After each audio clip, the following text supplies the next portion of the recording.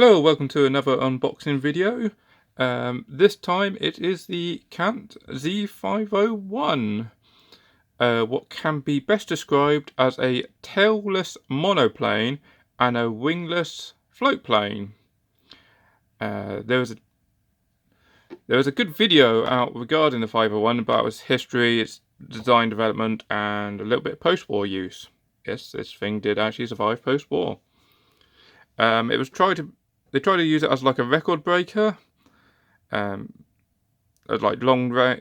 They basically said sod speed, long range is good for float planes.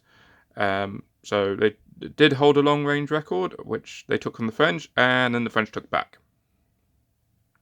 Yay!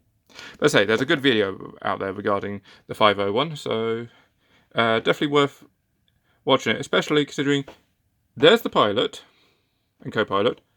There's the propeller. This thing was designed for the Mediterranean, where the seas are very calm. Not so good when on the really rough seas, where the struts flex a little bit, and, well, you can imagine, flex, plus propeller, plus crew arms and legs. It did happen. So we'll do this in the usual fashion. We'll have a look at the outside of the box, go around the edges. I'm pretty certain it's just a plain old cardboard box on the back of this one, because it is a very old kit. But we'll have a look anyway, and afterwards, instructions and the sprues. So, front of the box. So we got a Italeri. The kit number 112, so quite an early one, in 1/72 scale, and nice paintwork of the artwork of the 501 just taken off. So not much more to say on the outside of the box. So let's have a look around the side. So we got it Italian, British. This aircraft was used by the Italian and German forces mainly for rescue in the Atlantic and Mediterranean, and it'll probably be the same in the French and German. Side of the box, Italeri 112 again, 172nd, 10 and over. I've done a few videos where it says 14 and over, so this one's I say slightly easier, but you can see from all the struts here, that ain't gonna be easy. On the side here we've got Italeri advertising Junkers 57 and Heinkel 111. I kind of have one of those kits, alluding to a future video there. This side, exact same again, got the box art there. Okay, let's open them up, because you say the back piece, just cardboard. So let's have a look at the back. Or not back, inside even.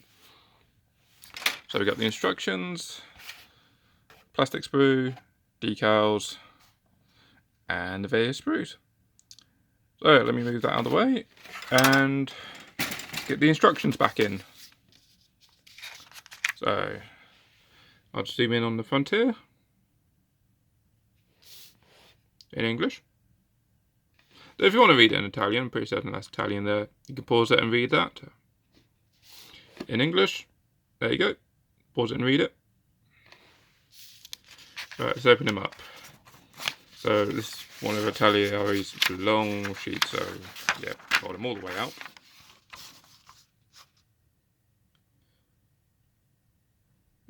Tension.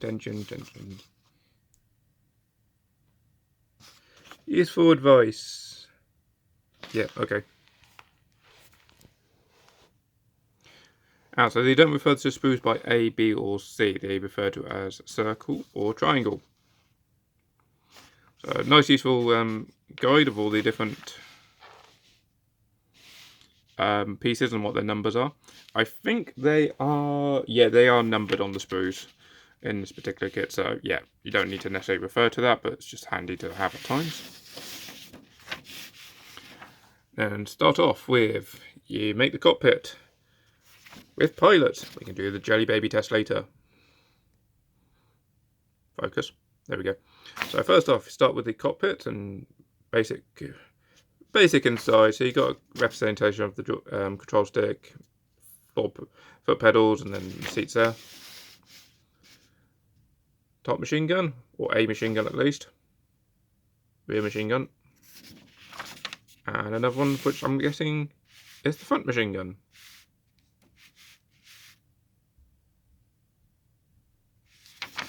So, 11. Hey. Don't like make things easy, do they? Right, interior. There. You have to add a little plank for the interior for the back. Like footwell. There we go. Put the windows in, put the cockpit in. Instrument panel. Ooh, very nice. That may just be a blank bit of blank bit of plastic there. And then you put the clear plastic on the top. Next comes the fun part.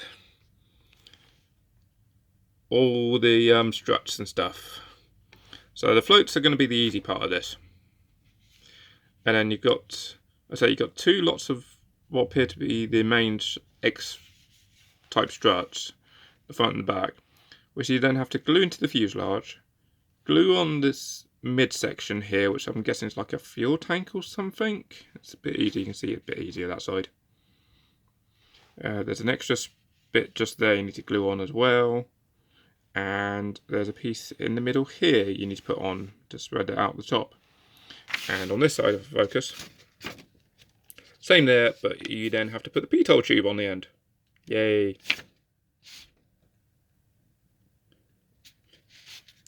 And all the extra pieces. Oh, it's an anchor. You got to put the anchor on the side. So I'm looking at it, I was thinking, what on earth is that piece, number 42 there? But yeah, no, it's an anchor. Makes sense being a float plane, but odd it appears there, and it tells you to stick it in the gun bay there. And the upper struts as well, and upper window? No, just a clear bit of plastic, not clear plate of plastic, that's solid plastic, that one. And over there. Interesting. Maybe it's the door to get in and out of the plane. Next, the engine of another machine gun.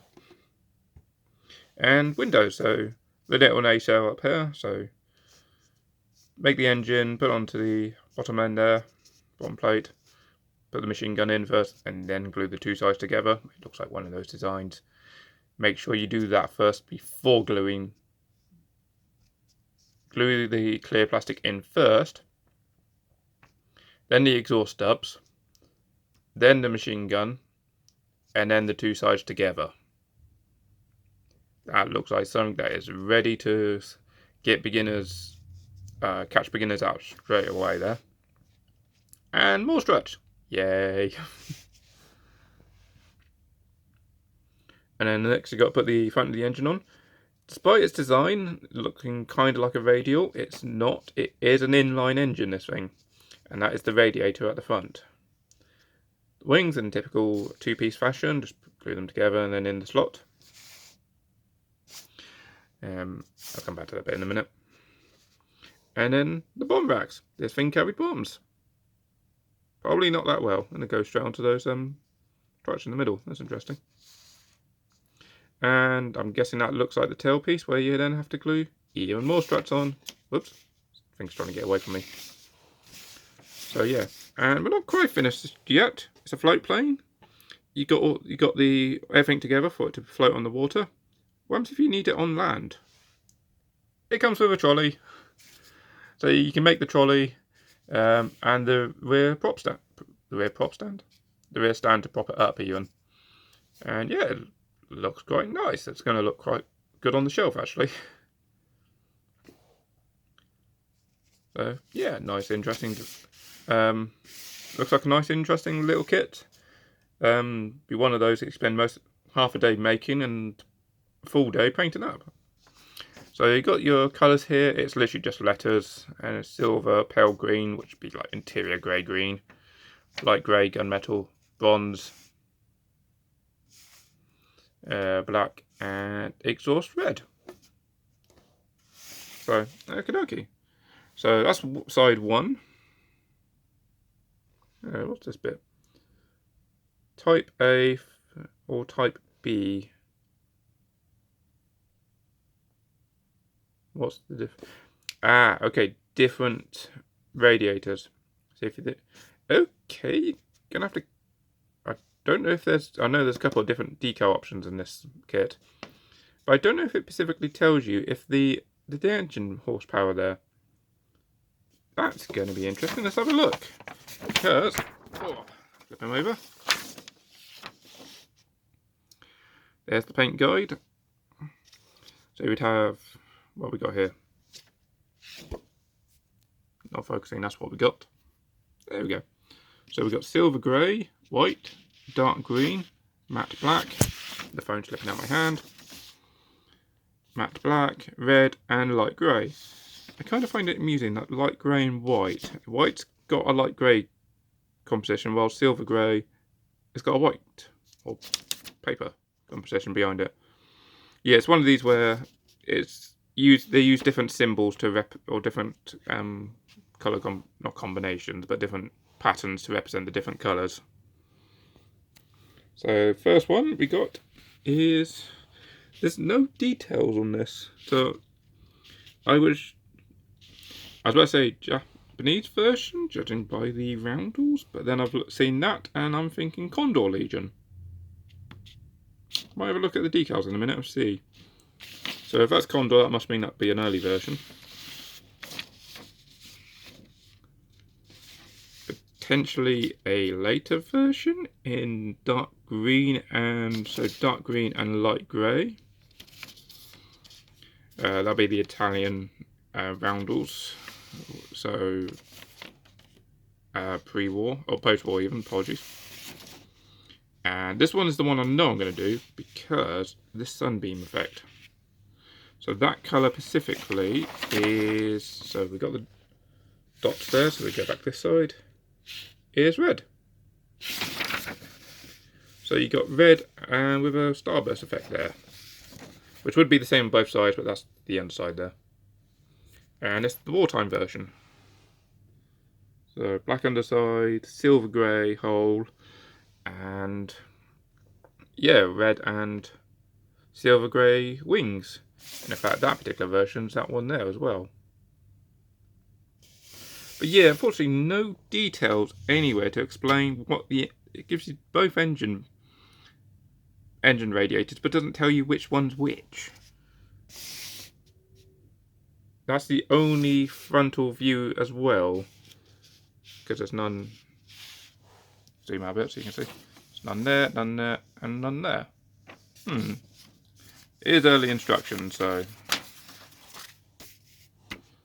need to try and do some research on that, but I think that may be the stronger engine. Right, let's have a look at the sprues. So clear plastic, as it's right there.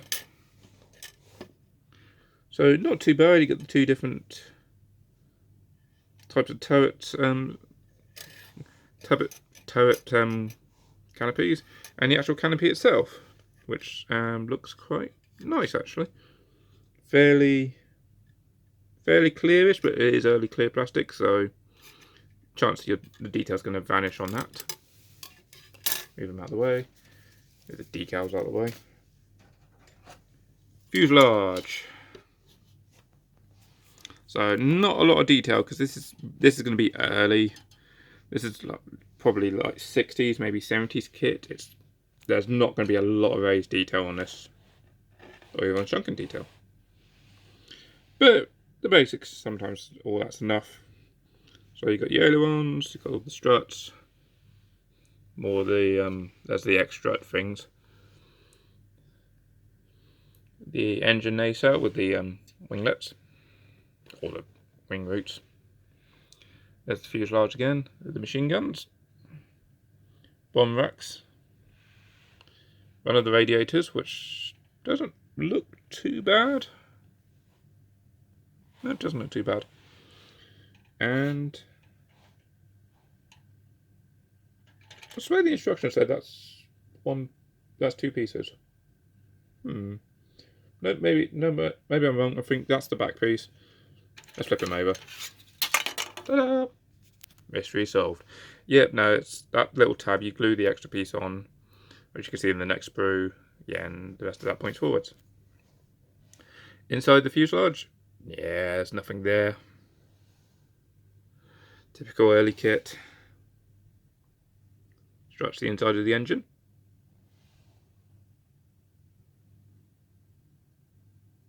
There's the anchor. That's a quite big anchor. And the pitot tube. Okie dokie. So, next sprue, which is the wings. There we go.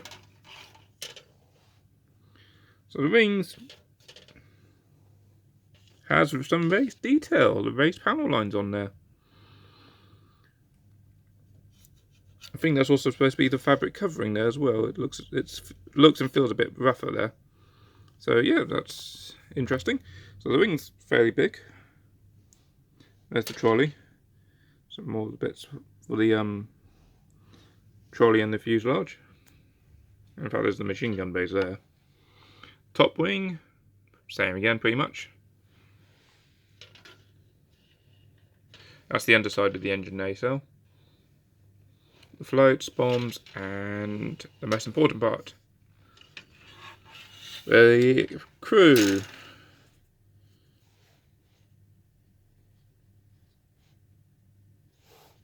Good. No, that is supposed to be like that. Let's have a look at the crew. Do they look like jelly babies or do they look like pilots? The phone is building suspense, but it does not look promising. Nope, it is not promising. Those do in fact look like jelly babies. Some you can just make out some detail there, but generally, yeah, jelly babies. So okay, we'll have a look at the inside of the other side of the screw, but there's probably not a lot there. Nope. It's all going to be the inside. Seatbelts on the seats. No, but they're not too badly molded either. Any detail on the inside? Ooh, a bit of stress marks just there. Interesting. That actually looks and feels like it's somebody's drilled through that one. Interesting. So yeah, not a lot of detail, but quite a cool, unique little plane. I say little, and you're looking at the size of a German bomber, pretty much. I would say to that. Right, let me box it back up again. Oh, let's have a look at the details quickly. And I was right. Condor Legion. So we have the Condor. Apparently the planes did really well during the Spanish Civil War. They were like really good, really useful, and didn't get shot down much. There wasn't much of an opposition either. But yeah, so we got the Condor, post-war Italian, and wartime Italian. So yeah, they don't look too bad. They've aged quite well. Some of these you see and they're really like going to be quite rough and crinkly, and you know they're beyond saving. But yeah, these ones look quite nice. And the writing,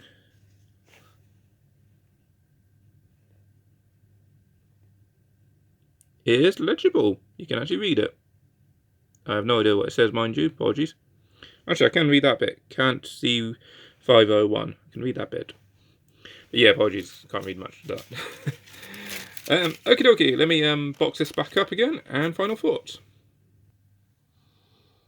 Yep. So okie dokie. Final thoughts. So one of those like quite unique planes. In fact, beyond this kit, I don't think I've seen anybody else make this plane.